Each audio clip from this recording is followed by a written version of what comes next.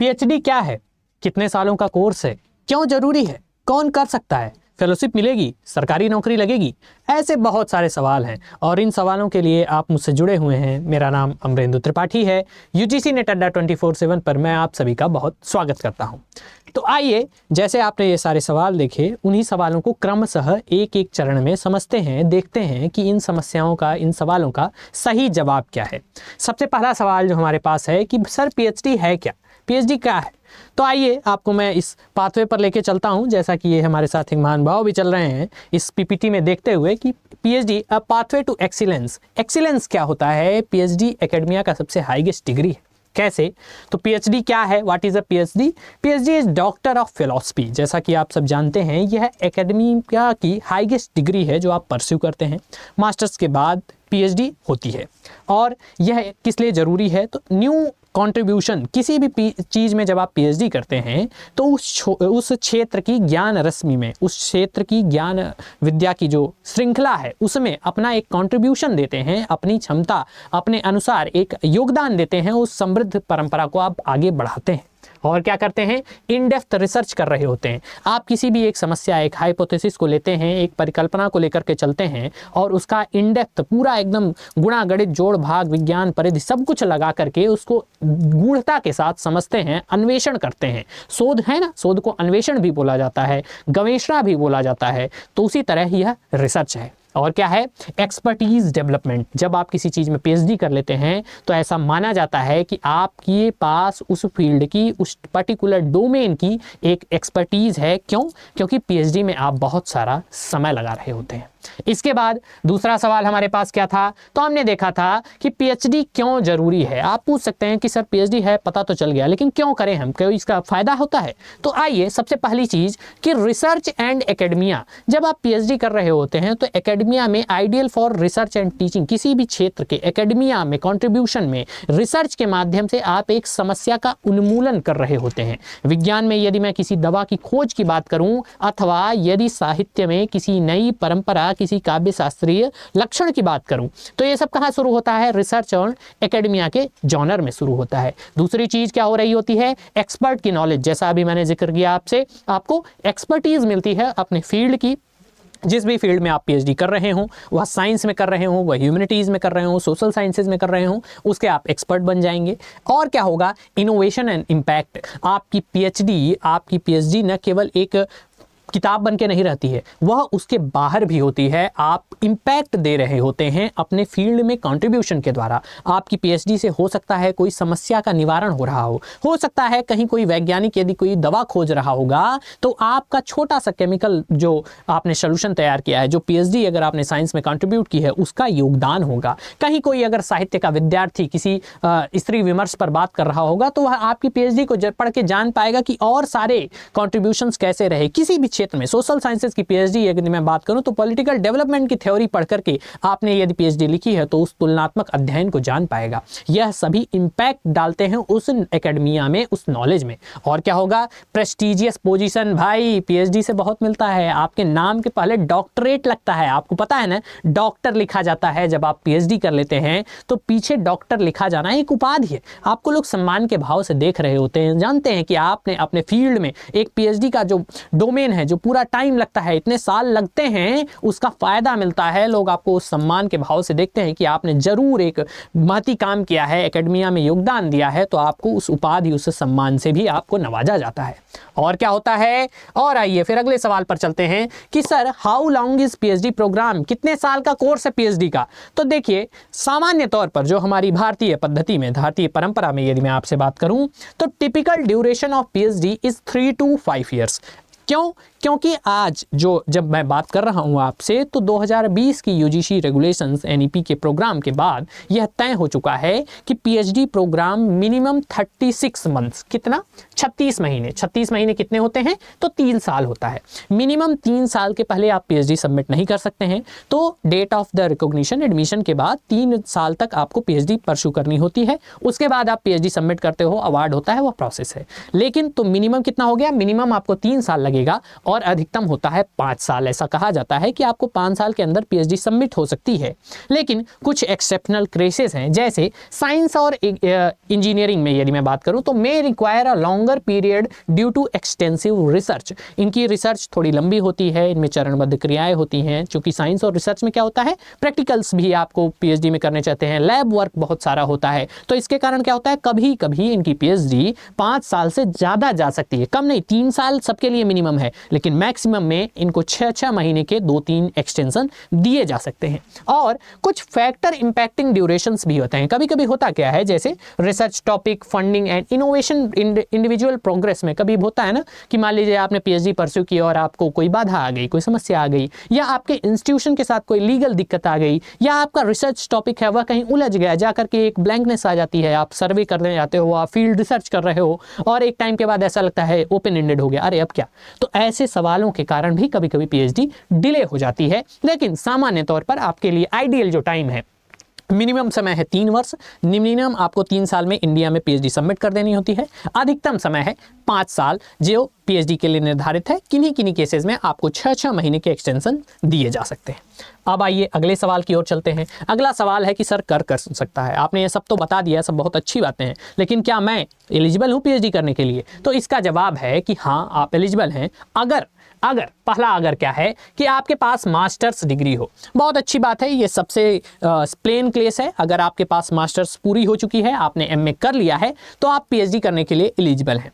अब कहाँ कर रहे हैं, यह एक अर्हता अलग आएगी। जैसे जब आप, मैं यूजीसी नेट 2024 के सत्र की बात करूं तो मुझे ऐसा अनुमान है कि शीघ्र ही, जब तक आप यूजीसी नेट का एग्ज़ाम नहीं देंगे, आप पीएचडी करने के लिए अर्ह नहीं हो पाएंगे। जैसे आप सीटेट करके अध्यापक बनते हैं, ऐसे ही अनिवार्य हो जाएगा पीएचडी ओनली करना। क्यों? क्योंकि एंट्रेंसेस आपको बहुत सारी यूनिवर्सिटीज़ में लेती हैं। तो अर्हता आवेदन के साथ एक मैं डिस्क्लेमर यह लगा देना चाहूँगा कि आपको पीएचडी केवल एमए के बाद नहीं, एमए के बाद एक कोई क्वालिफाइंग एग्जाम, जैसे अगर हो सकता है आप किसी यूनिवर्सिटी में जा रहे हो तो उस यूनिवर्सिटी का एंट्रेंस एग्जाम हो सकता है, अथवा यदि आपने कहीं से यूजीसी नेट की परीक्षा पास कर ली, सेट पास कर लिया, तो वह भी स्कोर कार्ड वैलिड होगा पीएचडी में एडमिशन के लिए। लेकिन मूल अर्हता सबसे पहले एमए क्लियर कर लीजिए। इसके बाद direct enrolment, some enrollment conditions are also there in NEP 2020 which our government mentioned, क्या कि डायरेक्ट इनरोलमेंट हो जाएगा अगर आपने कोई 4 ईयर प्रोग्राम किया है। 4 ईयर प्रोग्राम किया हुआ है, जैसे अभी तो वर्तमान में क्या कर रहे हैं, बीटेक का प्रोग्राम। बीटेक का प्रोग्राम 4 ईयर प्रोग्राम है हिंदुस्तान में। जल्द ही, जैसा NEP का गाइडलाइन था कि शीघ्र ही बहुत सारे अन्य ह्यूमैनिटीज और सोशल साइंसेज, नॉर्मल साइंसेज के भी प्रोग्राम्स आपको 4 ईयर प्रोग्राम में देखने को मिलेंगे। लेकिन अभी की स्थिति में यदि आपने बीटेक किया हुआ है, 8 सेमेस्टर का कोर्स, 4 साल का कोर्स, और उसमें 75% से ऊपर अंक हैं, 75% से ऊपर अंक हैं, तो आपको यूनिवर्सिटीज़ में पीएचडी के लिए अर्हता मिल जाएगी। ध्यान रखिए, यहाँ पे भी आपको पीएचडी ओनली या यूनिवर्सिटी एंट्रेंस क्लियर करना होगा। इसके साथ साथ एक जो और बहुत ज़रूरी चीज़, जब भी आप पीएचडी इंटरव्यू में देने जाओगे तो आपसे हर बार सवाल पूछा जाता है, आपको स्ट्रॉन्ग एकेडमिक रिकॉर्ड का फ़ायदा मिलता है। आपने एमए न किया हो, बस एमए में आपने बहुत अच्छा परफॉर्म किया हो, बीटेक में आपने बहुत अच्छा परफॉर्म किया हो, मतलब आउटस्टैंडिंग नंबर, जितना आपका बैकग्राउंड स्कोर अच्छा होगा उतना अच्छा रिवार्डिंग आपके लिए वह पीएचडी इंटरव्यू होगा, उतना ज़्यादा आपके सिलेक्शन के चांसेस होंगे। और इसके बाद अगले सवाल की तरफ चलते हैं। तो अगला सवाल है फेलोशिप का। जी हाँ, पीएचडी करते समय आपको पैसे मिलते हैं, और वह पैसे कौन दे रही होती है, भारत की सरकार दे रही होती है। तो उसके कुछ चरण हैं। सबसे पहला, सबसे बड़ा जो फेलोशिप आप कह सकते हैं वह क्या है कि सर JRF होना सबसे अच्छा है। साल में 2 बार यूजीसी नेट का एग्जाम होता है। आप सभी हमारे साथ यूजीसी नेट अड्डा 24/7 पर तैयारी कर रहे होते हैं। उन सवालों के लिए उसमें JRF की कैटेगरी है। JRF कर करके आप आराम से, JRF फेलोशिप 37,000 रुपये के लगभग मिल रही होती है, और फिर बाद में SRF में कन्वर्ट भी होती है, वह 47,000 तक भी पहुँचती है, प्लस HRA भी मिलता है, एनुअल कंटिजेंसी भी मिलती है। यह सब पैसे प्राप्त करके आप अपनी पीएचडी प्रोग्राम में परस्यू कर सकते हैं, जिसके माध्यम से आपकी शोध की गुणवत्ता बढ़ती है, ऐसा भारत सरकार बोलती है। इसके इतर मान लीजिए आप JRF नहीं हुए, केवल नेट हुए, तो क्या पैसे मिलते हैं? हाँ मिलते हैं। कहाँ कहाँ आपने मेरे साथ सेशन देखा हुआ है, ऐसी बहुत सारी स्वायत्त संस्थाएं हैं। जैसे एक संस्था ICSSR, Indian council for social sciences research, ICHR, Indian council for historical research. एक और संस्था आप जानते हैं ICPR, Indian council for philosophical research. इसके अलावा Indian council for cultural research, बहुत सारी संस्थाएं हैं, ऑटोनोमस बॉडी हैं यूजीसी के अंतर, जो आपको पीएचडी करने के लिए फेलोशिप अलग अलग मात्रा में देती हैं। जैसे कहीं 18,000 है, कहीं 20,000 है, उसके लिए अलग सत्र पर मैं आपसे बात कर चुका हूं, वह फेलोशिप भी आप क्लेम कर सकते हो।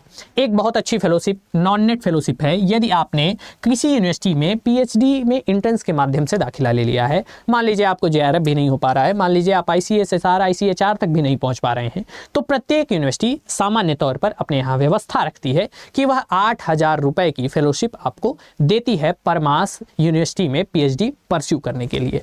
इसके अलावा इंस्पायर, अगर आप साइंस से हैं तो आपके लिए बहुत अच्छा अवसर होता है। आप 12वीं के बाद इंस्पायर अवार्डशिप क्लेम करते हैं, जो साइंस के विद्यार्थियों को मिलती है। वह फेलोशिप आप बाद में जब आप पीएचडी में दाखिला लेते हैं तो वह same equivalent to JRF fellowship वहां पे भी प्राप्त होती है, तो उसे का भी आप लाभ ले सकते हो। और एक फेलोशिप बहुत महत्वपूर्ण है, प्राइम मिनिस्टर फेलोशिप PMF। यह अभी जल्दी हाल में ही भारत सरकार के प्रधानमंत्री आदरणीय मोदी जी के द्वारा जारी की गई है। इसका लाभ भी मैनेजमेंट और इंजीनियरिंग के बच्चों को, विशेष तौर पर IIT और IIM में यदि आप पीएचडी परस्यू कर रहे हैं तो वहां पर लेने के लिए बहुत अच्छा अवसर है। आपको इसमें फेलोशिप की मात्रा भी 80,000 रुपए से 60,000 रुपए अलग अलग कैटेगरीज में है, और यह बहुत अच्छी फेलोशिप है, इसे भी आप क्लेम कर सकते हैं। इसके बाद आइए कि पीएचडी आपने कर ली, फेलोशिप भी ले लिया, आप पीएचडी के बाद क्या करेंगे? ये भी एक सवाल होता है कि सर इतनी बड़ी डिग्री तो ले ली, नौकरी मिलेगी? हाँ, नौकरी मिलेगी। और कहाँ मिलेगी? तो करियर पाथ्स विद पीएचडी में हम समझते हैं कि सरकारी नौकरी के अवसर क्या क्या है। सबसे बड़ा अवसर, सबसे बढ़िया अवसर क्या है कि प्रोफेसर बनेंगे। आप किसी भी यूनिवर्सिटी में as an assistant professor join कर रहे होते हैं, और फिर वह एसोसिएट, फिर प्रोफेसर, फिर डीन, डायरेक्टर, VC तक पहुंच रहे होते हैं। इसके लिए पीएचडी में दाखिला लेना, पीएचडी करना बहुत अनिवार्य है, और यह पीएचडी का सबसे प्रत्यक्ष लाभ आपको प्राप्त होगा। आप किसी यूनिवर्सिटी में as an teacher, as an professor, assistant professor join कर सकते हैं। दूसरा, रिसर्च साइंटिस्ट। जब आपके पास पीएचडी का रिसर्च एक्सपीरियंस आप गेन कर लेते हैं तो बहुत सारी संस्थाएं आपको पीएचडी के रिसर्चर्स के रूप में ज्वाइन करवाती हैं। रिसर्च साइंटिस्ट का स्पेशल पोर्टफोलियो रखती हैं, जहां पर आपको रिसर्च करना होता है। उनके वो आपको रिसर्च करने के लिए ही जीवन भर हायर कर रही होती हैं। आप वहां पे बैठते हैं और उस डोमेन की आगे फर्दर रिसर्च करते रहते हैं। जैसे सोशल साइंसेज में बहुत बार देखते हैं आप, पॉलिटिकल डेवलपमेंट्स की या किसी पॉलिसी इंपैक्ट की रिसर्च हमेशा मिनिस्ट्रीज में होती रहती है। वहां पे रिसर्चर्स बैठे होते हैं जो केवल किसी पॉलिसी के रिसर्च इंपैक्ट पर काम कर रहे होते हैं, और यही उनका पोर्टफोलियो होता है। इसके बाद रिसर्च असिस्टेंट, ठीक इसी रिसर्च साइंटिस्ट के अंतर्गत रिसर्च एसोसिएट RA की भी जॉब होती है। RA रिसर्च असिस्टेंट भी बोलते हैं, रिसर्च एसोसिएट भी बोलते हैं। इनकी भी जॉब होती है, यह भी प्रोजेक्ट बेस पर होते हैं। वहां पे हमेशा वह एक ही काम कर रहे होते हैं, लेकिन इनको प्रोजेक्ट बेस पे कहीं अटैच किया जाता है। अलग अलग प्रोजेक्ट्स, मान लीजिए किसी ने एक पॉलिसी पर काम किया तो कोई दूसरी पॉलिसी पर काम करेगा। एक डेटा एनालिस्ट, चूंकि रिसर्च का मेथोडोलॉजी बहुत ही तार्किक होता है, बहुत ही वैज्ञानिक पद्धति से रिसर्च आप करते हैं, इसलिए डेटा एनालिस्ट के लिए भी बहुत सारी कंपनीज में जगह होती है। बहुत सारी सरकारी नौकरियों में डेटा एनालिसिस अब नया डोमेन निकल करके आ रहा है। RBI वगैरह में बहुत सारे ऐसे प्रोजेक्ट्स होते हैं जिनके लिए स्पेशल डेटा एनालिस्ट हायर किए जाते हैं। यहाँ पर रिसर्च एक्सपीरियंस आपको वेटेज देगा अगर आप इन नौकरियों के लिए तैयारी कर रहे हैं तो। अब इसके बाद एक और आते हैं विषय पर कि पीएचडी की जर्नी होती क्या क्या है। ये सब तो कर लेंगे, हमको पता चल गया, तो मैं बहुत ब्रीफ में आपको पीएचडी की जर्नी बताऊंगा। इस पर एक विशेष सत्र भी लूंगा आपके साथ, ध्यान रखिए। अभी के लिए पीएचडी के कई स्टेप्स आप देखें तो सबसे पहले आप प्रपोजल बनाते हैं, मतलब आपने एक परिकल्पना तैयार की कि मुझे पीएचडी में क्या करना है। जैसे मुझे हिस्ट्री में पीएचडी करनी है, मैं संस्कृत पढ़ाता हूँ, आप मेरे साथ संस्कृत में पीएचडी कर रहे हैं तो संस्कृत में दर्शन पे करेंगे या लिटरेचर पे करेंगे या ग्रामर पे करेंगे, ये आप डिसाइड करते हैं। इस तरीके से एक परिकल्पना, एक आइडिया लेकर के चलते हैं। फिर क्या करते हैं, रिसर्च करते हैं और डेटा कलेक्शन करते हैं। आप जो पीएचडी कर रहे हैं उसके लिए आप लिटरेचर रिव्यू करेंगे या फील्ड वर्क करेंगे, वह सब इस प्रोसेस में होता है। फिर डिसर्टेशन, आपको पूरी थीसिस लिखनी होती है। उस 3 साल 5 साल के समय के दौरान आप पूरी एक थीसिस लिखते हो। उस थीसिस को ही इवोल्यूशन के द्वारा आपको डिसर्टेशन डिफेंस, जब आप करते हैं अपना प्रेजेंट, आपने जो काम किया उसको आप अपनी यूनिवर्सिटी को दिखाएंगे, वह उसको अवार्ड कर रही होगी। इसके बाद क्या होगा, इसका बाद रिवार्ड मिलता है जी, सबसे बढ़िया रिवार्ड मिलता है। क्या मिलता है इसमें? चैलेंजेस तो बहुत आते हैं कि टाइम कमिटमेंट, आपको 3 साल, यार बहुत कम समय नहीं होता है, 3 साल में आप एमए हो जाते हो, बढ़िया समय होता है 3 साल, 5 साल भी लग जाता है लोगों को। ऐसे सवालों में इस समय तक आपको धैर्य बनाए रखना होता है, ये इस टाइम कॉन्टिंजेंट आपको देखने को मिलेगा रिसर्च चैलेंजेस में। रिवार्ड जैसा कि मैंने कहा, आपका excellence in the expertise in your field and the doctor before your name, that is so prize to feel. Next, personal growth. आप चूंकि स्किल के माध्यम से आपका रिसर्च वर्क बहुत अच्छा हो जाता है, तो आपकी स्किल डेवलपमेंट होती है आगे पीएचडी के दौरान।